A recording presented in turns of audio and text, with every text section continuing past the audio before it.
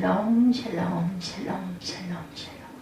하나님 사랑합니다. 여러분 주 안에서 사랑합니다. 오늘 이사야 18장 말씀 1절에서 7절까지의 말씀이죠. 슬프다 구수의 강 건너편 날개치는 소리 나는 땅이요. 이렇게 시작을 합니다. 구수 에디오피아로 번역이 되기도 하는데 아프리카에 있는 한 지역으로 아수르에 도전하기도 했어요. 열왕기하 19장 9절에 이사야 37장 8, 9절에 증거합니다. 이스라엘 사람들은 구수를 세상 끝으로 여겼죠. 그러나 하나님은 이들도 이스라엘 하나님께로 나와서 경배하게 될 것이라 이렇게 말씀하셨어요. 야외께들 예물을 가지고 7절에 보면 그때의 강들이 흘러 나누인 나라의 장대하고 준수한 백성 곧 시초부터 두려움이 되며 강성할 대적을 밟는 백성이 만군의 야외께들 예물을 가지고 만군의 야외 이름을 두신 곳 시온산에 이르리라 이렇게 말씀하고 있죠. 하나님께서 아수르를 멸망시킨 것을 보고 고수인들이 예물을 가지고 성전으로 와서 야훼께 경배할 것이라는 이런 말씀입니다. 스가랴 3장 10절에 내게 구하는 백성들 곧 내가 흩은 자의 딸이 고수강 건너편에서부터 예물을 가지고 와서 내게 바칠지니라.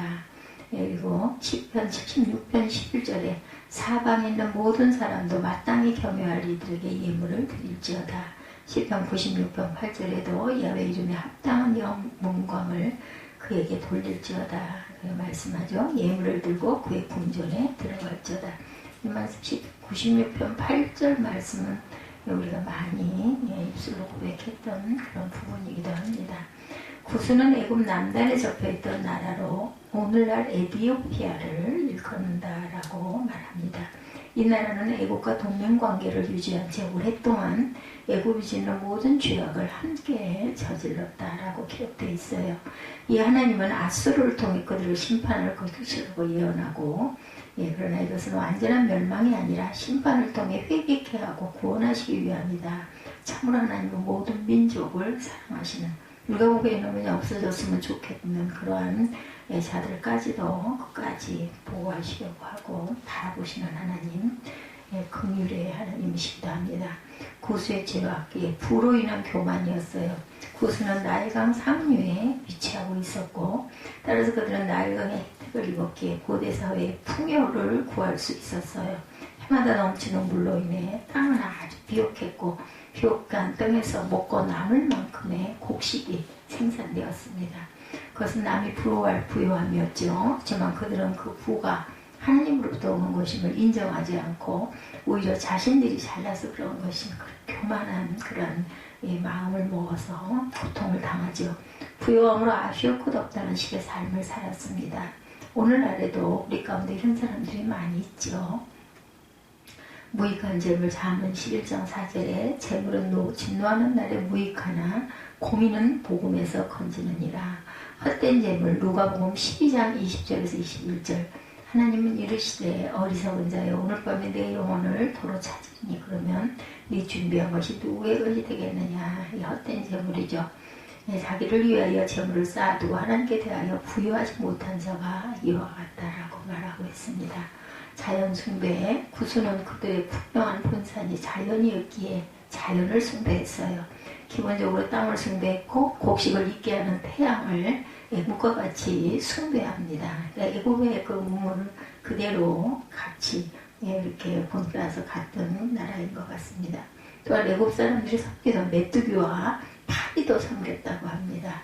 그들은 그들에게 혜택을 주는 자연물 가운데 힘이 있어 보이는 모든 것을 섬겼는데 그때 파리는 오늘날의 파리 같지가 않았나 보죠. 메뚜기와 파리를 섬긴 걸 보면. 그러나 자연의 모든 것들은 하나님의 피조물이죠. 숭배의 대상이 될 수가 없죠.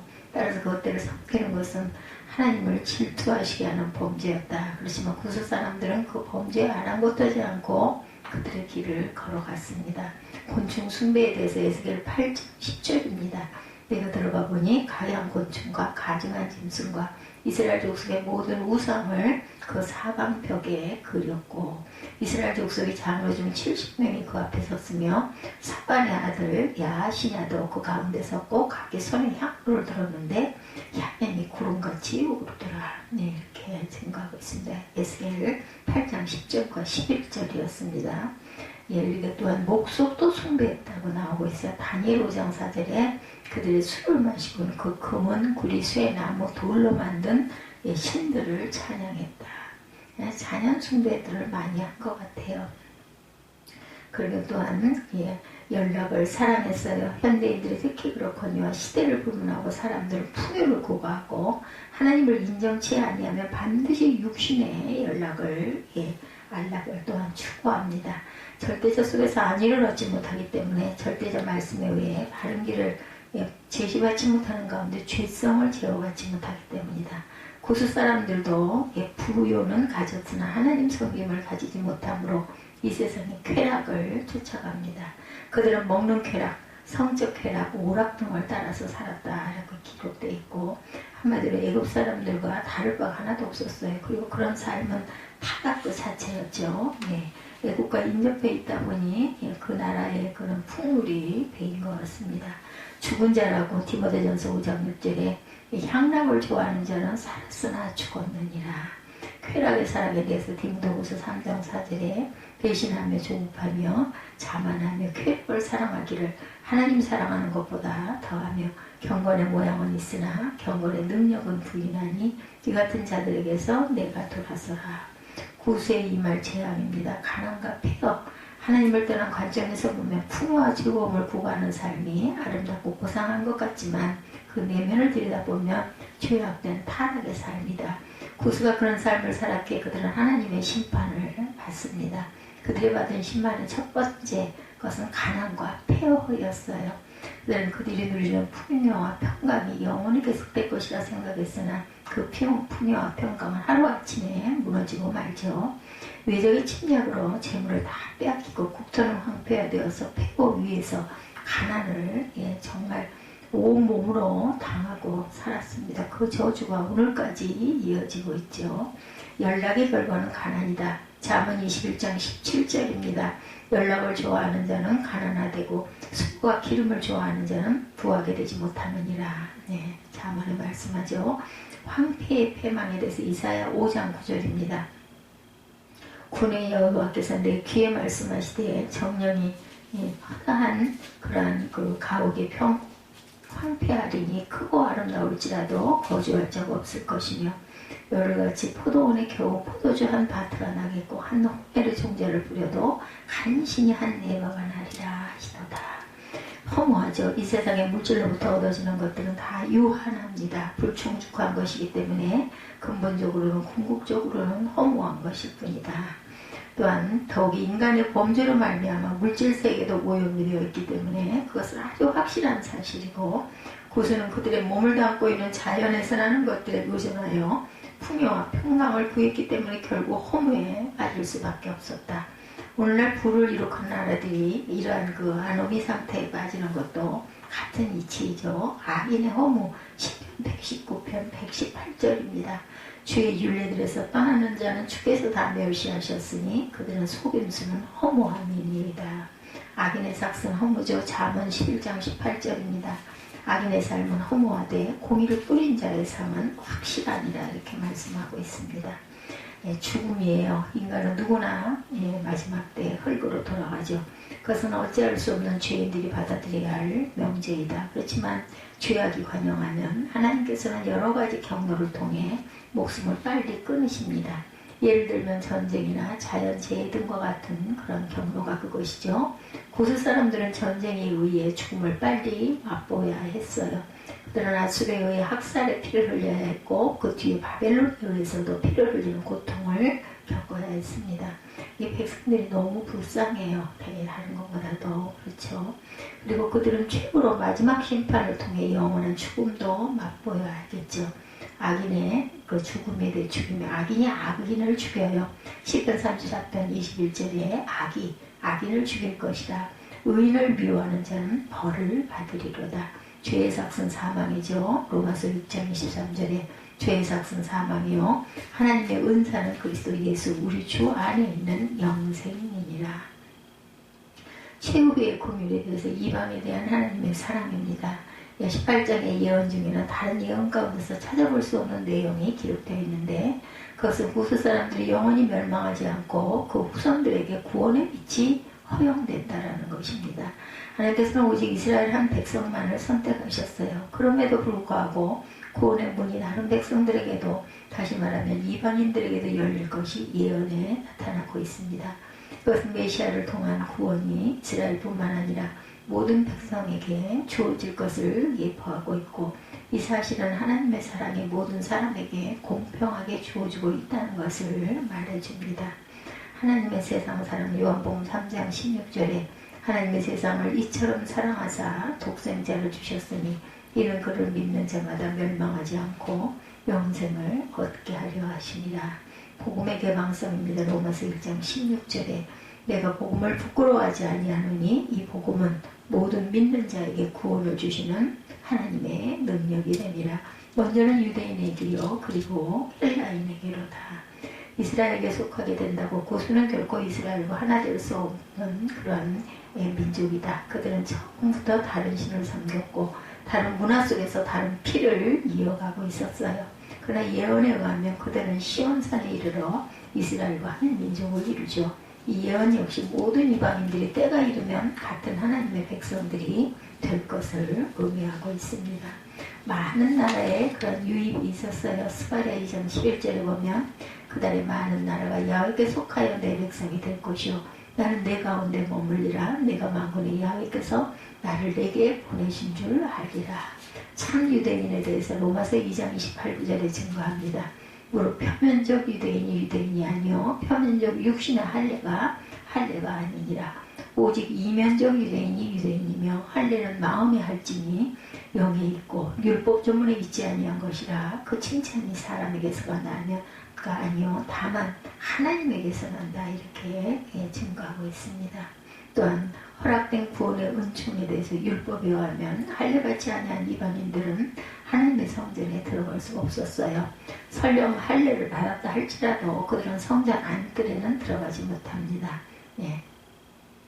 그런데 이 10반국장에서의 예언에 의하면 이방 사람들은 구수 사람들이 시온산에 이르죠. 한마디로 하나님께 나아갈 수 있게 되었다라는 것이죠. 이것은 구원이 이방인들에게 완전히 주어지는 것을 의미하는 것으로 하나님의 구원의 은총이 모든 이방인들에게도 값없이 주어질 것을 이렇게 말하고 있습니다. 믿는 자마다 요한복음 3장 19절이죠. 이는 그를 믿는 자마다 영생을 얻게 하려 하시니라.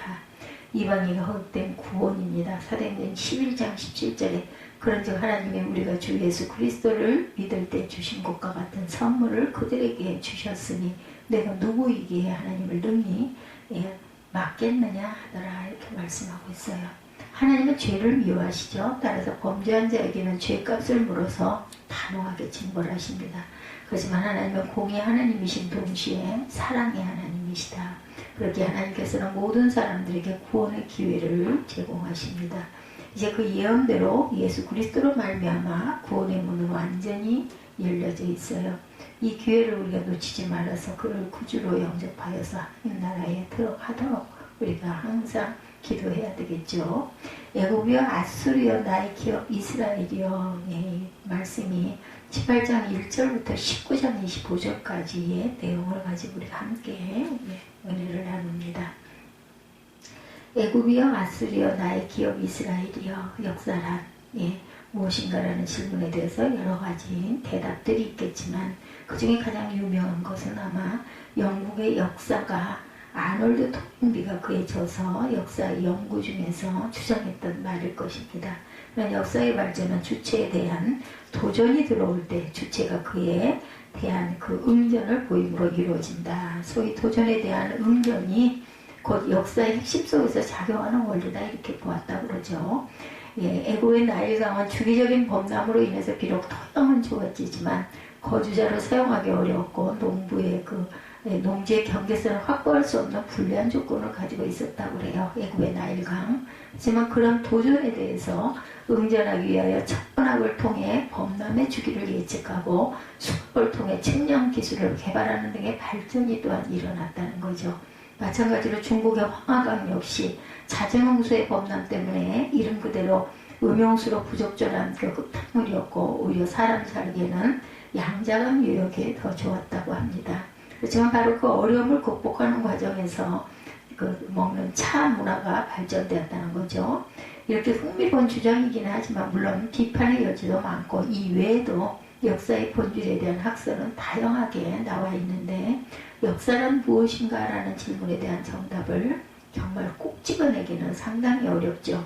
그렇지만 역사를 어떤 식으로 분석하고 정의하든 간에 그런 학설의 중심에는 항상 우리 사람, 인간이 있습니다. 즉 역사를 만들어가는 주체는 사람들이라는 거죠. 그런 사실에 대해서 모든 사학자들이 다 동의하고 있는 것이 분명하다고 합니다. 오직 기독교만 여기에 대해서 전혀 다른 사원을 제기하는데 그것은 역사의 주인공은 인간이 아니라 하나님이시다. 그렇죠? 우주 만물을 창조하시고 역사를 주관하시는 하나님, 사실을 절대 절명히 삼고 세계사를 조명하고 있습니다. 오늘 본문에 당대 역사의 주역이었던 아수르와 애국과 같은 강대국들도 결코 인간이 아니라 하나님께서 당신의 뜻과 계획을 이루시기 위해 마음대로 사용하신 도구에 불과했음을 증거하고 있다는 것이죠. 주님의 말씀을 통해서 인간이 주인공처럼 보이는 역사 속에서 하나님께서 성취해 나가고 계시는 역사의 진짜 핵심이 무엇인가를 함께 말씀으로 나눠봅니다. 세계사의 중심에는 하나님의 구속사가 굉장히 아주 조용하게 있는 듯 없는 듯 하지만 강력하게 진행되어 있다는 거죠. 18장 1절부터 7절에 보면은 한탄하는 내용이 나오죠. 슬프다 구수의 강 건너편 날개치는 소리나는 땅이요. 갈대배를 물에 띄우고 그 사자를 수로에 보내며 이르기를 민첩한 사자들아 너희는 강들이 흘러 나누인 나라로 가되 장대하고 준수한 백성 곧 시초부터 두려움이 되며 강성하여 대적을 받는 백성에게로 가라 하는도다. 세상의 모든 거민 지상에 사는 너희여 산들 위에 기치를 세우거든 깃발을 세우거든 너희는 보고 나팔을 불고는 너희는 들을지어다. 여호와께서 내게 이르시되 내가 나의 처소에서 조용히 감찰함이 쬐이는 일광 같고 가을 더위에 운무 같도다. 추수하기 전에 꽃이 떨어지고 포도가 맺혀 익어갈 때에 내가 낫으로 그 연한 가지를 베며 퍼진 가지를 찍어 버려서 산의 독수리들과 땅의 들짐승들에게 던져주리니 산의 독수리들을 그것으로 여름을 지내며 땅의 들짐승들이 다 그것으로 겨울을 지내리라 하셨습니다. 그때 강들이 흘러 나누인 나라에 장대하고 준수한 백성 곧 시초부터 두려움이 되며 강성하여 대적을 받는 백성이 만군의 야훼께 드릴 예물을 가지고 만군의 야훼 이름을 두신 곳 시온 산에 이르리라. 결국은 하나님께 경배하기 위해서 시온을 오겠다, 성전에 올 것이다 라는 그러한 고백의 내용이 18장 전체의 내용이죠. 그리고 19장은 애굽에 대한 경고라 이렇게 시작이 되고 있습니다. 구스란 오늘날에 아까 말씀드렸지만 에티오피아를 가리키는데 당시 애굽을 약 50년가량 점령한 그러한 그 적도 있을 정도로 강국이었다고 하네요. 50년 동안 애굽을 점령하게 됐다고 합니다. 근동 지역의 패권을 다투던 아수르 제국과 적대 관계에 있었다. 굉장히 뭐라 그럴까 그 진취적인 그러한 구수였던 것 같습니다. 날개치는 소리, 구수란 뜻이 까맣다, 까만 민족을 얘기하죠.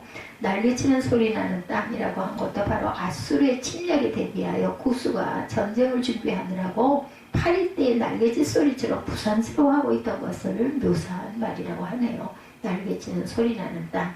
이사야 선지자가 슬프다라고 한 것도 그처럼 아수르 제국의 침략에 대한 대비책을 세우느라고 고심하는 구수의 형편을 두고 한 말이었습니다. 갈대배를 물에 띄우고 그 사자를 수로로 보내며란 구수가 나일강 수로를 통해 주변 국가에 대사를 파송하여 아수르에 대항할 연합동맹을 맺고자 외교를 시도한 것을 뜻합니다. 그리고 이 번역이 좀 잘못돼서 2절 하반절에 이르기르이라는 말 다음에 오는 내용이 마치 구수의 대사들이 주변 국가에 전달하는 말처럼 되어 있지만 사실은 선지자 이사야가 구수의 대사들을 향하여 하는 말이죠. 2절 다시 한번 보죠. 갈대배를 물에 떼우고 그 사자를 수로로 보내며 이르기를, 이것은 그들의 이야기가 아니라 이것은 이사야가 인적 관사절들아 너희는 강들이 흘러나누인 나라로 가되 장대하고 준수한 백성 곧 시초부터 두려움이 되며 강성의 대적을 받는 백성에게로 가라 하는도다. 이것이 이사야의 말이라는 거죠. 세상의 모든 거민 지상에 사는 너희여 산들 위에 기치를 세우거든 너희는 보고 나팔을 불거든 너희는 들어라. 이렇게 이사야가 말하고 있습니다. 장대하고 준수한 백성, 시초부터 두려움이 되며 강성하여 대적을 받는 백성에게로 가라는 말은 그 당시 키가 크고 얼굴이 잘생긴 구수인연을 가리킨다. 그쪽 사람들이 굉장히 크고 얼굴이 이목구비가 뚜렷했다라는 거죠. 즉 이사야 선지자는 지금 구수의 대사들을 향하여 그들이 갈대뼈를 타고 왔던 애굽 나일강의 수로를 따라서 자기네 고향 땅으로 다시 돌아가라고 말하고 있는 거죠. 당시 주변의 강대국들이 근동지방의 패권 다툼을 두고 그렇게 신경을 곤두세우면서 바삐 왔다 갔다 하고 있을 때 이사야 선지자는 도대체 무엇을 내다보고 있었기에 그 구수의 사자들을 보고 마음 편하게 갖고 그냥 고국으로 돌아가라고 말을 했을까? 소용없다는 거죠. 그 사실이 바로 3절에 기록이 되어 있습니다. 세상의 모든 거민 3절에 지상에 사는 너희여 산들 위에 기치를 세우거든 너희는 보고 나팔을 불거든 들을지니라고 이사야가 예언하고 있어요. 깃발이죠. 기치란. 그것들이 산들 위에 세워진다는 것은 온 세상 사람들이 다 볼 수 있게 된다라는 뜻이겠죠. 나팔 소리 역시 멀리까지 모든 사람이 듣게 되는 신호입니다. 이 깃발 신호와 나팔 신호는 전쟁에서 승리하였음을 알리는 신호로 바로 하나님께서 아수르 제국을 멸하실 것을 가리키고 5절 이하의 내용은 결정적인 타격에 대해서 묘사하고 있습니다. 18절 5절 이하. 추수하기 전에 꽃이 떨어지고 포도가 맺혀 익어갈 때에 내가 낫으로 그 연한 가지를 베며 터진 가지를 찍어버려서 산의 독수리들과 땅의 들짐승들에게 던져주리니 산의 독수리들이 그것으로 여름을 지내며 땅의 들짐승들이 다 그것으로 겨울을 지내리라. 이렇게 말씀. 그냥 모든 그 짐승들이 다 먹을 것이다라는 거죠. 너희들이 아무리 열심히 농사를 하고 그렇게 한다 하더라도 결국은 아무 소용이 없을 것이다라는 겁니다.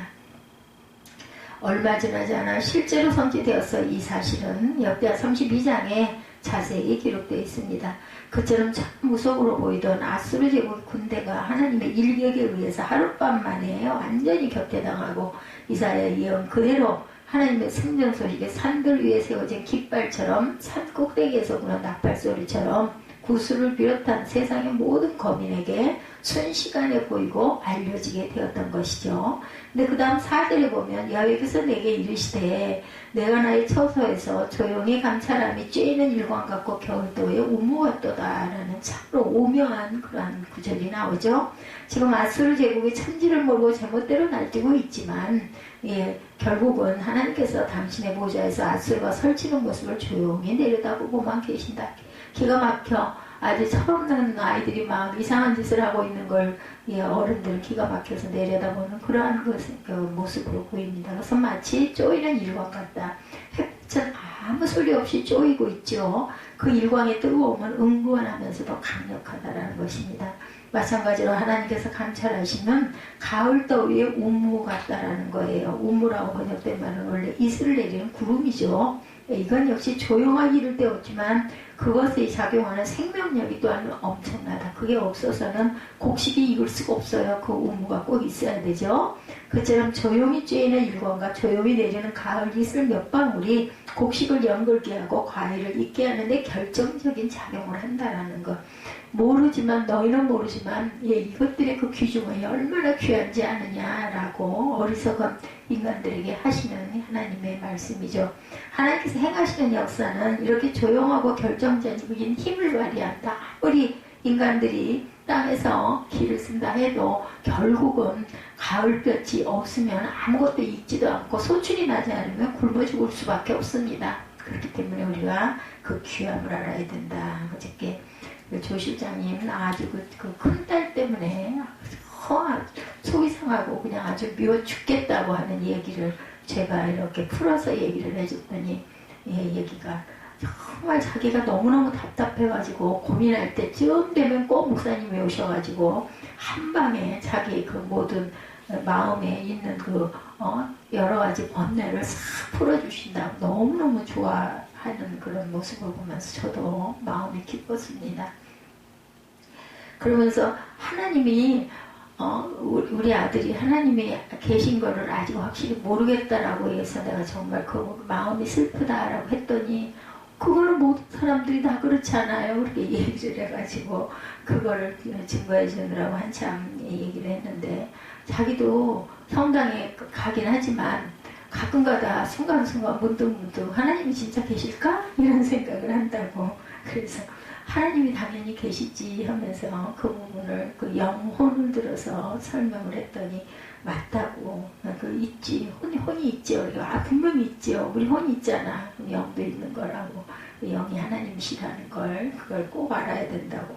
눈동자같이 우리를 지키고 보고 계시니 그거를 믿으라고 말씀하셨으니까 무조건 믿으라고 그거 자꾸 인가 아닌가 하지 말라고 이제 그런 이야기를 해줬어요. 그리고 딸을 이해하고 사랑하는 눈으로 저도 잘 못하면서도 그렇게 봤을 때 딸이 거짓말하지도 않고 엄마랑 친구가 될 거니 그 마음을 비우고 나머지는 하나님께 맡기고 기도를 하라 그랬더니 간질이 걸려있는 남학생을 대학교 1학년 들어갈 때 만나가지고 한 1년 반을 미친 아이처럼 그러더니 헤어져서 잘 됐다 했더니 졸업하고 이제 그 병원에 취업을 했거든요, 딸이. 근데 지금도 그 청년을 만나고 있다는 거죠. 그래서 미워 죽겠다고.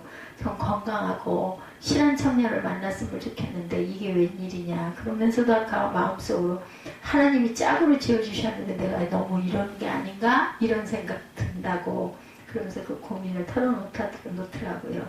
그래서 그 부분은 하나님께 맡기고 하나님께 구하라고 얘기를 했어요. 나머지 내가 안 되는 부분은 그거 갖고 한탄을 하고 딸을 미워해봐야 좋아질 게 아무것도 없으니까 하나님께 구하고 딸에게는 좀 더 이렇게 부드럽고 자유로운 그렇게 품는 그런 마음을 보여주면 딸들 둘이 지금 다 나가 있거든요. 둘째 딸은 그 대학에 그 간호대학에 거기가 또 천안이더라고요. 유명한 좀 아주 좋은 대학인데 거기가 있고 토요일하고 일요일날은 아주 꼬박이 올라와가지고 알바를 딱 하고 간대요. 둘째 딸은 걱정할 게 없다고 얘기를 하는데 큰딸이 취업을 했는데 여지껏 그 청년 때문에 그게 너무너무 마음이 아파하는 그 엄마의 바램이죠. 엄마의 바램과 그러면서 이걸 도대체 어떻게 쓰면 좋을까. 근데 옆에서 보면 답은 다 나와 있잖아요. 우리도 뭐 당하면 그런 마음이 들지만 옆에서 보면 답이 뻔히 보이니까 이야기를 해주는데 참 그 조 실장이 좋은 부분은 아주 얼렁얼렁 받아들이고 아멘하는 게 정말 그래서 앞으로 나이가 들면 들수록 더 하나님의 은혜가 깊어지고 충만할 것이니 하나님을 잘 섬기고 예배하라고 이렇게 얘기해 줬습니다. 다행히 성당을 다니는데도 주변에 함께 중보하고 기도하는 그 사람들이 있어가지고 함께 기도한다라는 이야기를 들었어요. 사람 눈에는 하나님께서 아무것도 하지 않고 보이지 않는 것 같지만 그것은 마치 쬐이는 일광과 가을 더위에 운무 같다는 걸 우리가 절대로 잊어버리지 말자.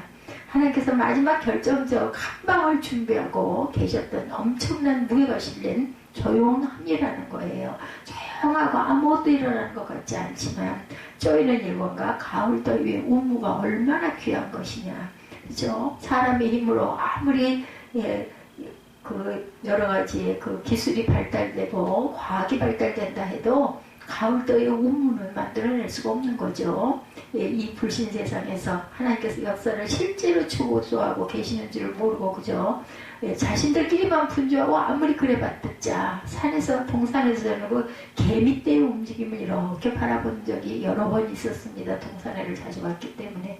그러면 참 우리가 보면은 기가 막힌데 걔네들은 정말 죽을 길을 쓰면서 조그만한 거 하나를 나르느라고 때를 지어서 행렬을 지어서 그렇게 가지 않아요? 사람의 발로 한번 쓱 밟아서 문질러 버리면 그냥 없어져 버리는 그러한 존재들인데 하나님이 바라보실 때 우리가 그런 모습은 아닐까. 민족이 민족을 나라가 나라를 대적하면서 부산하게 날갯짓 소리들을 시끄럽게 내고 있죠. 서로도 잘 살아보겠다고 유럽은 유럽대로 북남미는 북남미대로 동남아는 동남아대로 경제 블록을 형성하고 외교 사절들을 파송하면서 민첩하게 왔다 갔다 하고 있다는 것. 그에 반해서 하나님께서 예수 그리스도를 통해 진행하고 계시는 구속사는 조용하게 진행되고 있었고 그것은 세상 그 장치에 비해서 국가 간의 분쟁이나 외교 활동에 비해서는 눈에 띄지 않고 별로 대수롭지 않게 보이는 그러한 것들이었지만 그 무엇도 내리쬐는 일광 앞에서 자신을 숨길 수도 없고 구속사의 영향력이 미치지 않는 사건이나 개인이란 결코 존재할 수가 없다. 가을도의 운무가 과일이 적당하게 익도록 은근하면서도 결정적으로 작용하는 것처럼 그리스도의 구속 역사 역시 상위에 승리의 깃발을 세우고 온 세상 앞에서 승리의 나팔을 불게 될 그 마지막 한날을 향하여 소리 없는 가운데 연걸어가고 있다는 것. 오늘도 그죠? 하루하루 그렇게 가고 있습니다. 마태복음 12장 19절에 지금 저희는 사순절을 가고 있지만 그는 다투지도 아니하며 들리지도 아니하리니 아무도 길에서 그 소리를 듣지 못하리라. 이렇게 선포하고 있습니다. 예수 그리스도를 통한 하나님의 구속사는 결코 요란하지도 않고 잠잠히 진행됐다. 무슨 힘이 있는 것 같지도 않고 초라하고 볼품없는 한 청년의 죽음이었지만 그것이 인류를 구원하기 위한 하나님의 귀한 사명이었다라는 것을 우리는 믿고 가고 있습니다. 이어지는 20절에도 증거하고 있는 대로 마태복음 12장 20절 그런 가운데 상한 갈대를 꺾지 아니하며 꺼져가는 심지를 끄지 아니하기를 심판하여 이길 때까지 하는 즉 택자를 보존하여 구원의 완성에 이르게 만드는 놀라운 일이 최후 승리의 날까지 줄기차게 완성되고 가고 있다는 것. 비록 구스와 아수르가 마치 자기네들이 역사의 주역인 것처럼 날뛰고 있지만 세상의 모든 거민 지상에서는 너희들을 향해 산들 위에 기치를 세우고 나팔소리가 울려 퍼질 마지막 승리의 날이 올 때까지 세계사의 중심에는 바로 하나님의 위대한 구속사가 조용하면서도 강력하게 진행되고 있다는 이 놀라운 역사의 벽보를 읽고 깨달은 저와 여러분들이 되셔야 할 줄 믿습니다. 하나님의 구속사는 교회 복음 전파 운동을 통해 완성되어 가고 있어요. 19장 18절 25절 내용 잠깐 봅니다. 그날의 애국 땅에 가나안 방언을 말하며 만군의 야훼를 가리켜 맹세하는 5 성읍이 있을 것이며 그중 하나를 명물망의 성읍이라 칭하리라. 19절에 그날의 애국 땅 중앙에는 야훼를 위하여 제단이 있겠고 그 변경에는 야훼를 위하여 기둥이 있을 것이요 그것이 애국 땅에서 만군의 야훼를 위하여 징조와 증거가 되리니 이는 그들이 그 압박하는 자들로 말미암아 야훼께 부르짖겠고 야훼께서는 그들에게 한 구원자이자 보호자를 보내사 그들을 건지실 것입니다. 야훼께서 자기를 애굽에 알게 하시리니 그날에 애굽이 야훼를 알고 제물과 예물을 그에게 드리고 경배할 것이요 야훼께 서원하고 그대로 행하리라. 야훼께서 애굽을 치실지라도 치시고는 고치실 것이므로 그들이 야훼께 돌아올 것이라. 여호와께서 그들의 간구함을 들으시고 그들을 고쳐 주리라. 23절에 그날 애굽에서 아수르를 통하는 대로가 있어 아수르 사람은 애굽으로 가겠고 애굽 사람은 아수르로 갈 것이며 애굽 사람이 아수르 사람과 함께 경배하리라. 그날에 이스라엘의 애굽 및 아수르와 더불어 셋이 세계 중에 복이 되리니 이런 만군의 여호와께서 복 주시며 이르시되 내 백성 애굽이여 내 손으로 지은 아수르여 나의 기업 이스라엘이여 복이 있을지어다 하실 것입니다. 이렇게 기록하고 있어요. 모든 나라들도 내가 지었다라는 거예요. 그렇기 때문에 너희는 내 자식들이라. 너희들이 나에게 경배함이 있을 것이다. 복이 있을 것이다. 경배하면 복을 주시죠. 애굽은 잘 알다시피 온 이스라엘 민족을 자기는 노예로 삼고 부렸던 그러한 나라죠. 비록 출애굽 이후에는 애굽이 이스라엘을 직접 침략하고 괴롭힌 적은 없었지만 여전히 고대 근동 국가 중에 대표적인 우상숭배 국가로 남아 있습니다. 애굽하면 세상을 가리키는 것으로 우리가 알고 있죠. 그런 까닭에 이 애굽이 받을 벌이 19장에서부터 다음 장 20장까지 계속해서 예언되고 있는데 그 사이 삽입되어 있는 아주 특별한 예언이 바로 이 본문이라는 거죠. 17절 이전까지는 애굽의 멸망에 관한 예언이 계속되다가 갑자기 18절 이하부터는 그 애굽이 회개하고 야훼께로 돌아오게 될 날을 예언하기 시작을 한 내용입니다. 나중에 25절에 보면 하나님께서 내 백성 애굽이여 라고 불러주실 정도로 이 애굽이 졸지 하나님의 나라로 탈바꿈이 되게 된다. 도대체 어떻게 이런 일이 가능할 수가 있는가? 기적이에요. 사람이 할 수 있는 일은 그냥 할 수 있는 건 사람들이 하죠. 근데 말도 안 되는 일이 일어나는 것은 바로 하나님의 섭리입니다. 태양신을 섬기고 파라오를 태양신의 아들로 신격화하고 온 나라 구석구석에 우상신전과 우상재단과 우상예배로 가득 찼던 그야말로 우상숭배에 있어서 당대 최고의 선두주자였던 애굽이 도대체 어떻게 하나님을 믿는 백성의 나라가 될 수 있겠느냐는 얘기죠. 말도 안 되는 얘기. 그 요점만 간단히 찾아보자면 18절에 그날의 애굽 땅에 가나안 방언을 말하며 라고 말하고 있습니다. 20장 18절. 이것은 애굽 사람들이 가나안 방언을 제2 외국어처럼 잘하게 된다는 뜻이 아니고 이스라엘 사람들이 쓰는 신앙의 언어고 성경을 알게 될 것이다 라는 그런 의미입니다. 성경 말씀을 듣고 깨닫고 성경 말씀으로 의사소통을 하며 전도할 줄 아는 이 영적 언어를 습득하지 않고는 누구도 하나님을 믿는 신앙을 얻을 수가 없는 것이다. 그리고 20절 하반절에 보면 이는 그들이 그 압박하는 자들로 말미암아 야훼께 부르짖겠고 야훼께서는 그들에게 한 구원자이자 보호자를 보내사 그들을 건지실 것임이라고 말씀하고 있어요. 역사적으로 볼 때 애굽을 일시적으로 차지했던 그 이민족 왕조를 몰아내고 애굽 왕조를 다시 회복시킨 그 사람이 애굽의 구원자가 될 수도 있겠지만 본문은 그런 세상 정치가를 가리키는 것이 아니죠. 이스라엘에게 있어 참된 구세주가 정치적 군주가 아니었듯이 애굽을 위해 야훼께서 보내주신 한 구원자 보호자 역시 예수 그리스도 한 분뿐임을 여기서 증거하고 있습니다. 다시 19절로 돌아가면 그날의 애굽 땅 중앙에는 야훼를 위하여 제단이 있겠고 라고 했는데 기가 막힌 말씀이죠. 이전에 그처럼 우상숭배와 우상문화로 찬란했던 애굽 땅에도 야훼 신앙이 들어가게 되니 야훼를 위한 제단, 바로 그 땅 한가운데에 그 제단이 자리 잡게 될 것이다. 이것이 바로 신약 성도들이 교회 중심으로 신앙생활을 영위하는 것과 똑같죠. 21절에도 그날의 애굽이 야훼를 알고 제물과 예물을 그에게 드리고 경배할 것이요. 20장 21절입니다. 이건 역시 교회 중심의 예배와 헌금을 통해 야훼를 아는 신적 인격적인 삶을 살게 될 것이다 라는 거죠. 22절에 더 나타난 것은 야훼께서 애굽을 치실지라도 치시고는 고치실 것이므로 그들이 야훼께로 돌아올 것이라. 야훼께서 그들의 간구함을 들으시고 그들을 고쳐주시리라. 여기 중요한 거 간구함입니다. 간구함. 우리는 항상 간구해야 돼요. 그래야만 하나님께서 들으시고 고쳐주신다. 아시지만 네가 말해. 너 뭘 원해? 이 얘기예요. 우리 부모가 자녀들이 불만이 가득 차서 입을 꼭 물고 있어. 그러면 왜 그러는데? 뭐 때문에 그래? 얘기해봐. 내가 들어줄게. 똑같은 말씀이죠. 치시고 고쳐주시는 것은 범죄한 백성을 징계하시지만 버리지는 않으시고 다시 회복시키심으로 택자를 끝까지 보존해 주시는 성령의 불가항력적인 은혜라는 것입니다. 그 간구함을 들으시고 그를 고쳐주시려는 말씀대로 그런 성화 과정에 필수적으로 동반되는 것이 바로 간구라는 것, 기도라는 것, 중요합니다. 여기에 고이 야훼께로 돌아오는 과정은 이스라엘이 하나님을 알고 섬기던 방법이나 오늘날 우리가 누리고 있는 신앙과 아주 일치하죠. 그러니까 진리는 진리예요. 변개가 될 수가 없습니다.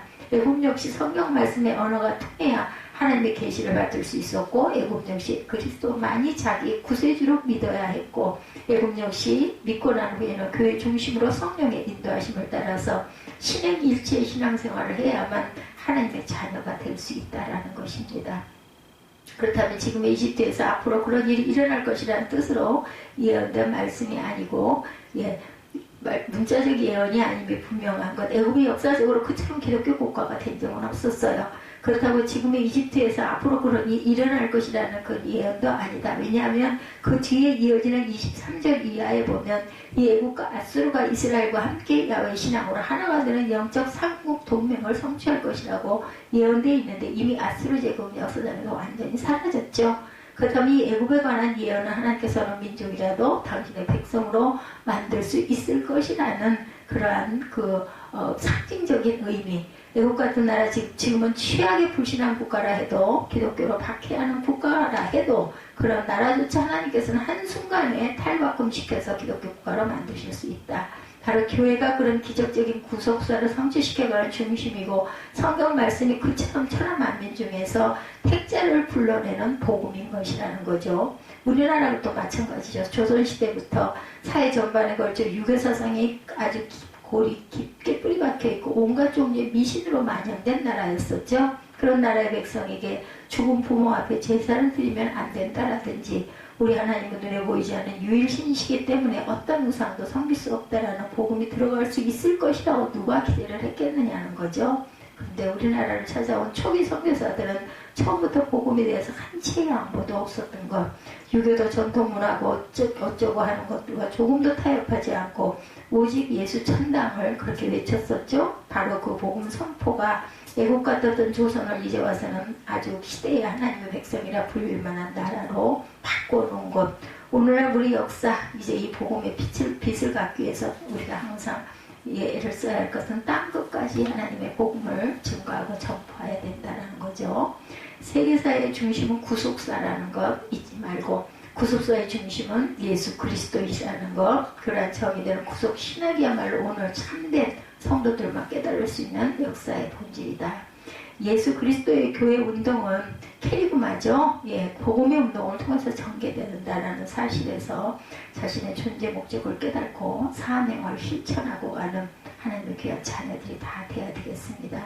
우리 기독교 하나님의 자녀들, 사람이 제일 되는 목적을 성취하면서 살게 되는 것이 아니죠.